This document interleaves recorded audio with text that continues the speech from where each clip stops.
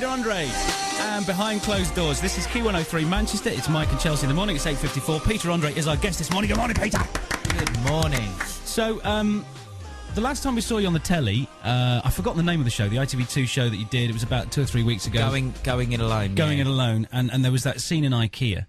And you were kind of feeling really sad. And your brother... Yeah, I couldn't believe how much the prices had gone up. I was going to say, I always cry at the tills because the queues are hideous. And you were trying to go... Have you ever got 3 open? Don't try and go the wrong way on those arrows. You've got to follow the arrows. It breaks me every time. But how is your brother? He looked like a nice fellow who... Did I mention, Mike, that he's here today? Your brother's here? He's here. Oh, let's get Mike in. God, I didn't mention all the entourage. I'm really disappointed in myself. Yeah. You've actually missed your brother off. My brother Mike is here. You know, so he has been the best. I've got there's 6 of us kids. I'm the youngest. There's 5 boys and 1 girl, and all of us are that close. And I ring them all every day. Do you? Pretty much every single day, yeah. Mum and Dad and Oz. But Michael's the only brother or the only family member that's over here in England, and he did exactly what you'd expect a real loving brother to do. Yeah. Get over it, Pete. You know what I mean? And he did you flat out for you, didn't he? Yeah, okay, all right. Well, I do some things. I do wash my own clothes. Well, he does that as well, but that's not the point, no. You're doing the album launch now. It was going to be at the Arndale here in Manchester. And now it's been... Yeah, it was. And now because the signing, there's this... Yeah, the signing, yeah. Sorry. Because of this Andre mania... where there were 12,000 people somewhere the other day, weren't there, and loads of people fainting and all this sort of stuff. You've got this whole kind of take that mania thing going on. So they've had to move it now for security reasons to the Asda in Horwich. It just doesn't sound right, does it? I wouldn't have, I told you, if someone said this a year ago, I'd be like, yeah, whatever. I mean, we used to do signings. I did a book signing tour when I had my book out, and you'd get 150, maybe 300 people if it was a busy one. Even when... the 2 of us did the signing for A Whole New World, the album, the charity album. Yeah. I mean, 300 people is what you'd expect at a signing, or what you'd hope for, I should say. I should never expect.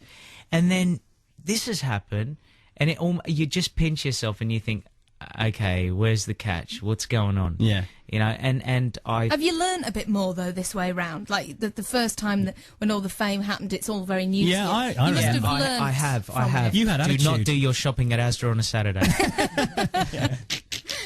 Because I first met you in 96. Yeah. In fact, I don't think I've seen you since then. It has been a while. It's been a while, isn't it? When you had Mysterious Girl. Yeah. And we met in Birmingham. I think it was the last time we probably met. We've spoken on the phone a load of times.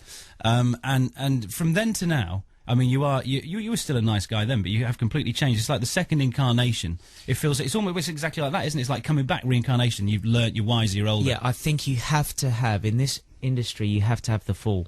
You have to have the fall to become... Well, like Take That as well. Yeah, it could never have happened to a nicer bunch of guys than Take That. And when I saw them, that documentary on them, and then they made it so big, you wish nothing more but success for them. Now, those guys are doing amazingly. But you know what also helps? The fact that they got kids, most of them.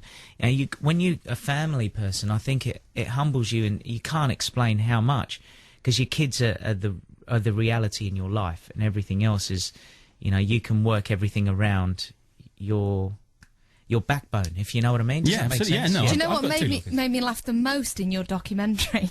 When Princess kept knocking the Skittles over. Oh, please stop that, Princess. Stop it. She knocked him over again. No, please stop it. She knocked him over again. I think at the end you just gave up. Well, did you see her walk away with her putting that little thing over her shoulders? Like she's got attitude, yeah. She was Queen Latifah or something. They had a good time on that bouncy castle, though, didn't they? Eventually? Yeah. Do you know, I mean, there were a lot of sad moments. It was up and down a lot. And in a way, you know, at the time I thought, I don't know if this is going to be good. People are just going to see me down. But at the end of the day, that is reality, and that is how I felt. And I'm actually glad, because what's happened since then has been an amazing turnaround, you know. And even though, you know, I'm not 100% fantastic, laughing every day, I still have my down moments, but 9 out of 10 days I feel really positive and really great, you know. So it's a weird time, because the highs now in your life are so high. Yes. And obviously the lows with the divorce obviously aren't great. So does it kind of even it out into, would you look back on this year, is it going to be a bad year, is it going to be a good year? Well, no, somebody actually asked me, they said, oh, you know, when Cheryl Cole went through this horrible situation that she did, she was on TV saying it's been the worst year and the best year. Yeah. And in a way, it has, because career-wise, I guess, it's been the best year. The fact that, you know, things just couldn't have couldn't be getting better. Touch wood. I did that loud enough so you could hear it. And then You've hurt yourself there. Your knuckles are bleeding. I know. I do that to myself. And then on a personal life, yeah, it's been a bit of a shocker. But then, you know, it is balancing itself out in a way. And now I get to spend a lot of time with the kids, and I get to work to provide for them anyway. So my life is really, really getting better by the day, you know, thankfully, and I don't take it for granted. Okay, well, listen, stick with Q103. We've got the 9 o'clock anthems coming up in a couple of minutes' time after Loco's headlines.